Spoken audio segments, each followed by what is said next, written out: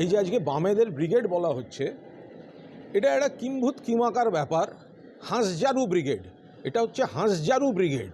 কিরম যে ডেকেছে বামেরা আর যাচ্ছে বিজেপির ভোটাররা, এই যে বলছে ব্রিগেড ভরিয়ে দেবো। আরে কিছু লোক আনা এটা খুব একটা কঠিন ব্যাপার নয়। তার কারণ বামেদের ব্রিগেড তো সাম্প্রতিক অতীতেও হয়েছে। ব্রিগেডে কিছু লোক দেখা গেছে, লাল পতাকার মিছিল দেখা গেছে, সোশ্যাল মিডিয়ায় বড় বড় কথা দেখা গেছে। দিনের শেষে তারা কিন্তু ভোটটা দিয়েছেন পাড়ায় ফিরে বুথে গিয়ে বিজেপিকে।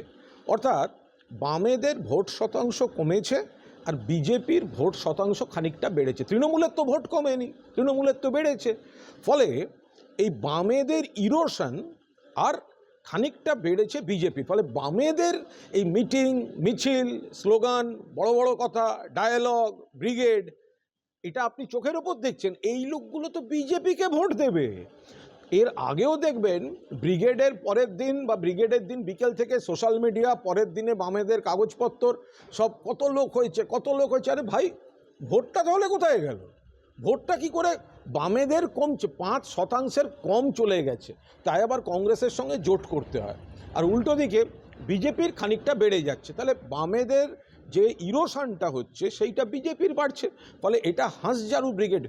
বামেদের দিক থেকে এই ব্রিগেডে ঘুরে দাঁড়ানো, তাৎপর্য এসব কিচ্ছু নেই।